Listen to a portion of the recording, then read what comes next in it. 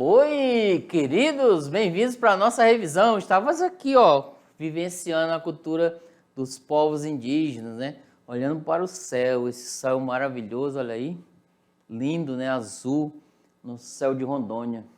E analisando, nossa, realmente existe, né, um ser para criar toda essa harmonia, toda essa inteligência, né, que é o nosso sistema, nosso planeta, nosso sistema solar e etc. Então é de se analisar que existe algo por trás, né? Dentro do surgimento. E em que você acredita? Como surgiu o universo? Manda aí para nós a sua resposta sucintamente. 3 linhas, escrevam. Como surgiu? Agora a nossa revisão para reforçar isso. Vamos lá? A origem do universo segundo as mitologias grega e indígena. A origem do universo segundo a mitologia entre os séculos grega, tá? Entre o século 12 e 8 a.C., nós vimos que ainda predominava a concepção mítica do mundo, o pensamento mítico, né, sobre os mitos. Os mitos gregos recebiam forma poética e eram transmitidos oralmente pelos cantores e cantores ambulantes. Na obra Teogonia, o poeta Hesíodo relata a origem do mundo de 2 deuses, né? Teogonia do grego, que é Theos, Deus, e Gonia, que é origem, que quer dizer o nascimento dos deuses. Cosmogonia, que vem do grego cosmo, mundo, ordem e beleza, que significa a criação do mundo. Vimos também que dentro da perspectiva da mitologia grega, no princípio de todos os mitos, houve um tempo em que nada existia, que era chamado apenas de caos, só o caos, né, que estava lá. Estavam misturadas as sementes de todas as coisas futuras, mas não havia ordem alguma. Do caos surge uma deusa, chamada Terra ou Gaia. Sobre o imenso corpo fértil de Gaia da Terra, os elementos antes em confusão começaram a se organizar, ocupando cada um o seu lugar. Por exemplo, o caos é uma divindade negativa, mas dele nascem todas as coisas positivas. Que interessante, né? Do caos surgiram outras divindades. Ainda dentro dessa perspectiva, nós vamos falar um pouco da mitologia indígena. Havia entre as diversas aldeias, muitos mitos, lendas e crendices do fato que é interessante de se estudar, pois explica muito do que permanece na cultura folclórica brasileira. O povo tupi-guarani acreditava em um Deus supremo, o Deus do trovão, que chamava Tupã. Os indígenas acreditavam que a voz deste ente supremo podia ser ouvida durante as tempestades. Lembra que lá dos nórdicos era Thor, né, o deus do trovão, e para os gregos, romanos, Zeus e etc. Eles acreditavam que Tupã era o deus da criação. O deus da luz, da morada, seria o sol. E sua morada, ele morava no sol, né? Além do mais, acreditava também em um deus do sol, o Guaraci. E a lua, né, que é a Jaci. O deus do sol seria o criador de todos os seres vivos e Jaci seria a rainha da noite dos homens. Rege a lenda, ela teria sido esposa de Tupã. A maioria destas crenças eram baseadas na observação da natureza e do céu. Por exemplo, os indígenas tinham astronomia própria e definiam o tempo da colheita, da duração, das marés, o tempo das chuvas, etc. E eles observavam isso através do céu, criando histórias, mitos e lendas com ensinamentos morais, né, para eles. E agora, pessoal, vamos lá, Vamos apresentar aqui o que vamos fazer agora. Atividade de sala. Vamos lá reforçar o nosso conhecimento dessa aula. Após fazer essas 4 perguntinhas e respondê-las, a gente volta para ver se está certo, ok? Então temos que exercitar um pouco. Vamos lá, daqui a pouco a gente volta. Tchau, tchau.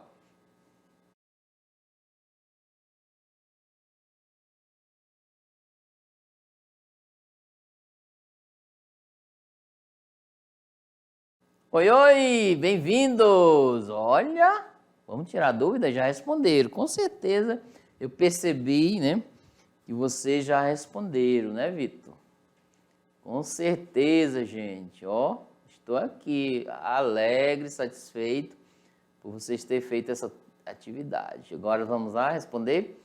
Vamos lá ver se a questão de vocês bate, a resposta bate com a nossa.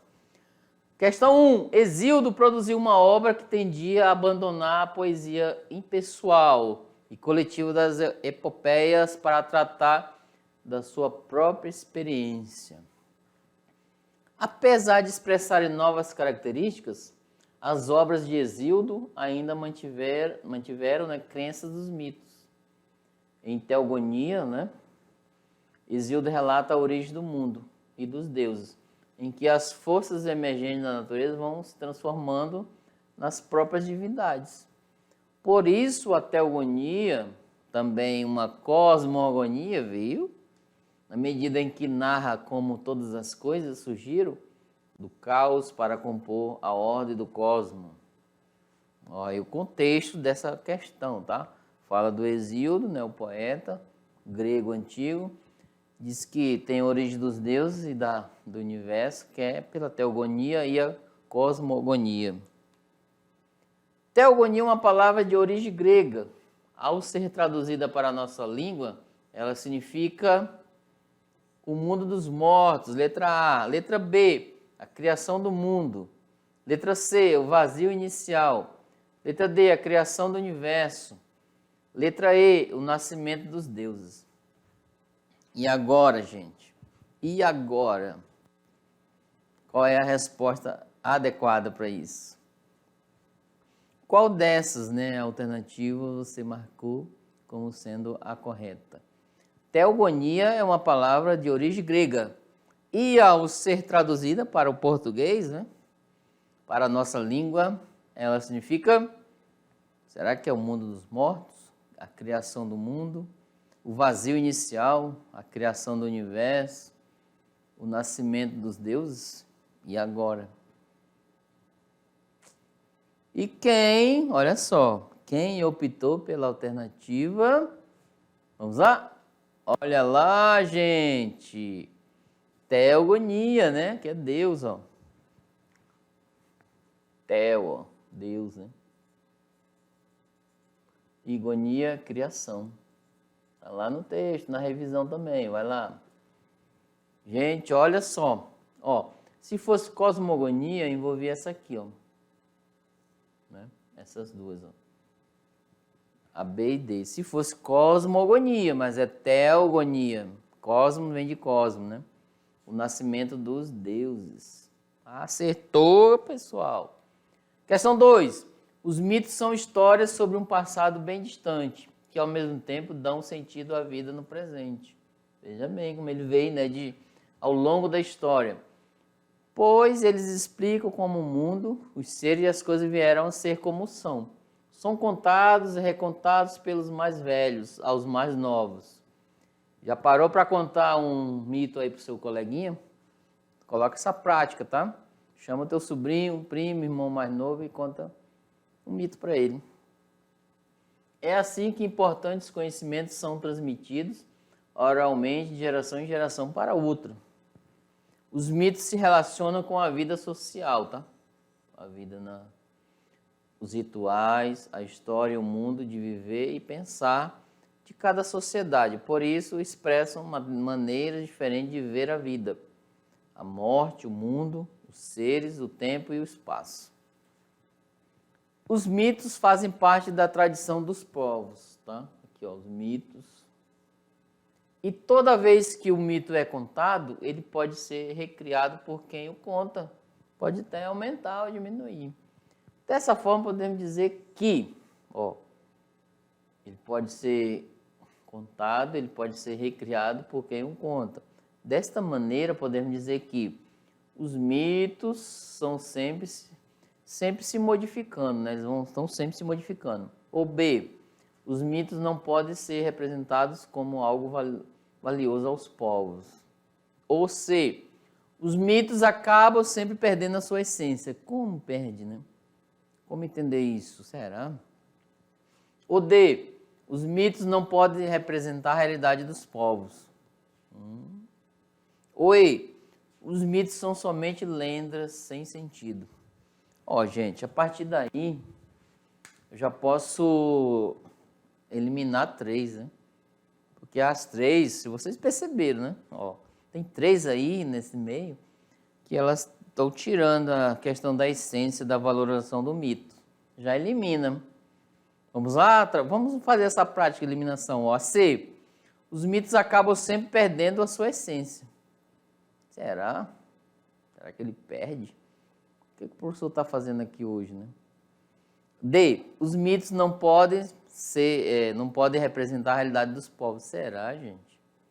Nós falamos tanto sobre isso, né? E, os mitos não são somente lendas sem sentido. Será que os mitos não têm sentido? Claro que eles são lendas, né? É a mesma coisa, lendas e mitos. Mas será que não tem sentido?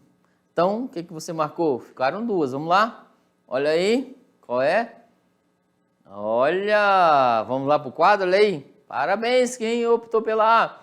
Os mitos estão sempre se modificando. Sempre, né? Por quê?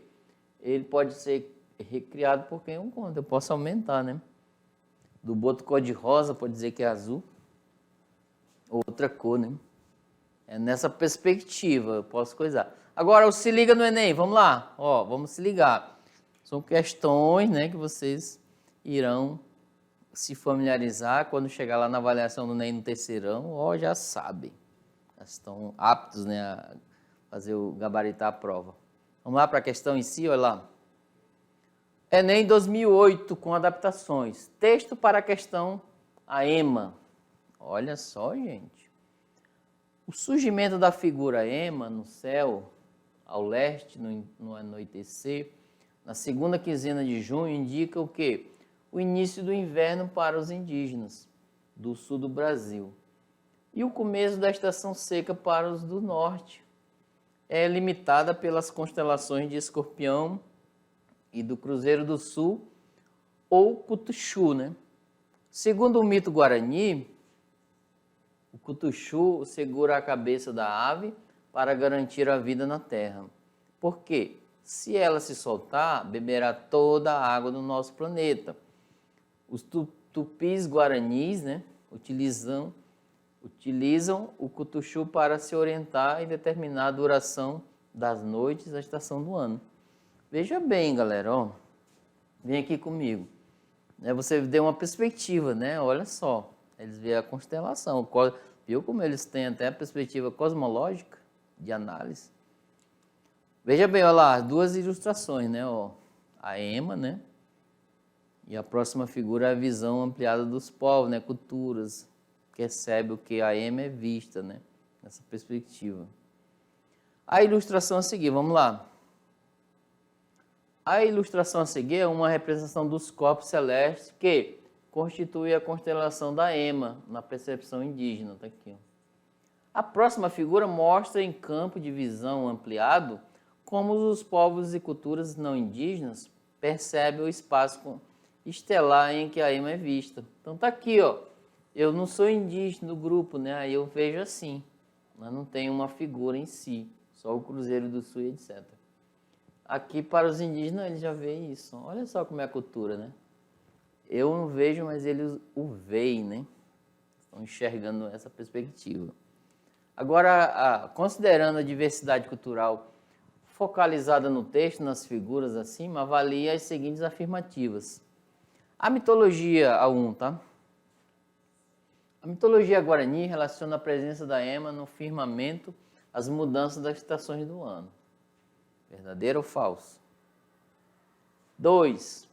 Em culturas indígenas e não indígenas, o Cruzeiro do Sul, ou Cutuxu, funciona como parâmetro de orientação espacial. Mas ele falou não indígena e ali, a figura 2. 3. As 3 Marias, estrelas da constelação de Órion, compõem a figura da EMA. E aí, o que vocês acham? 4. Na mitologia guarani, o Cutuxu tem a importante função de segurar a EMA para que seja preservada a água na terra. Qual dessas, né, verdadeiras Vamos lá. É correto apenas o que se afirma em só na 1, 2 e 3, 3 e 4, 1, 2 e 3, 1, 2 e 4? Qual a alternativa? Analise bem a figura, tá? Dentro da perspectiva. Qual é a alternativa? Manda aí para nós, hein? Qual é? Vamos lá. Acertou quem optou pela... Vamos lá para o quadro, olha aí. 1, 2 e 4. Essa 3 não tá, ó. Essa aqui tá fora. É falsa, né? O Órion não compõe a figura da Ema. Vocês analisando a figura anterior podem perceber. Então a 1 é verdadeira, a 2 e a 4. Tá aqui. Agora uma discursiva. Por que muitas vezes é difícil compreender os mitos? Por quê?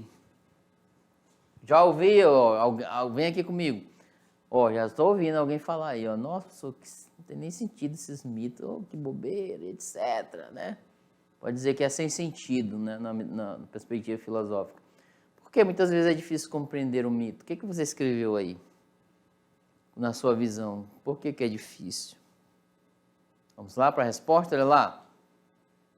Aprendemos que os mitos trazem as reflexões de um povo sobre vários temas. Porém, quando não conhecemos bem esse povo, seus valores, sua cultura, muitos detalhes e presentes, né, nas histórias são mal compreendidos. Veja bem. Ó, gente, vê aqui um ensinamento bem legal. Uma vez perguntaram para Tales de Mileto, lá no século 7 a.C., falaram, século 4, mais ou menos 6, 7 a.C., disseram, Tales, qual é a coisa mais fácil do mundo? Aí ele falou assim, é dar conselhos. E qual é a mais difícil? Conhecer a si mesmo. Então, para você conhecer outras culturas, você conhece a si mesmo. Sabe por quê? Eu não posso falar de uma cultura, falar mal dela e não tem sentido se eu não conheço. É necessário eu conhecer algo para poder compreender. Um alimento, é necessário eu apreciar o alimento para eu poder dizer, ó, tá gostoso, não é bom, não é ruim, etc. Ok? Continuando, olha aí. Para decifrar os mitos é preciso estudar. Não tem outra saída. Conhecer as formas de viver, de pensar do povo que os criou. Só assim podemos conhecer a fundo, né, a riqueza de suas significações. Então está aí posto, né? Nossa aula hoje falou sobre isso. Porém, vou deixar algo aqui a mais, ó, um material complementar para vocês ir além. Não ficar só aqui. A partir dessa aula, corre, vamos além. Então tá aí, ó. Vamos lá para o quadro antes, olha lá.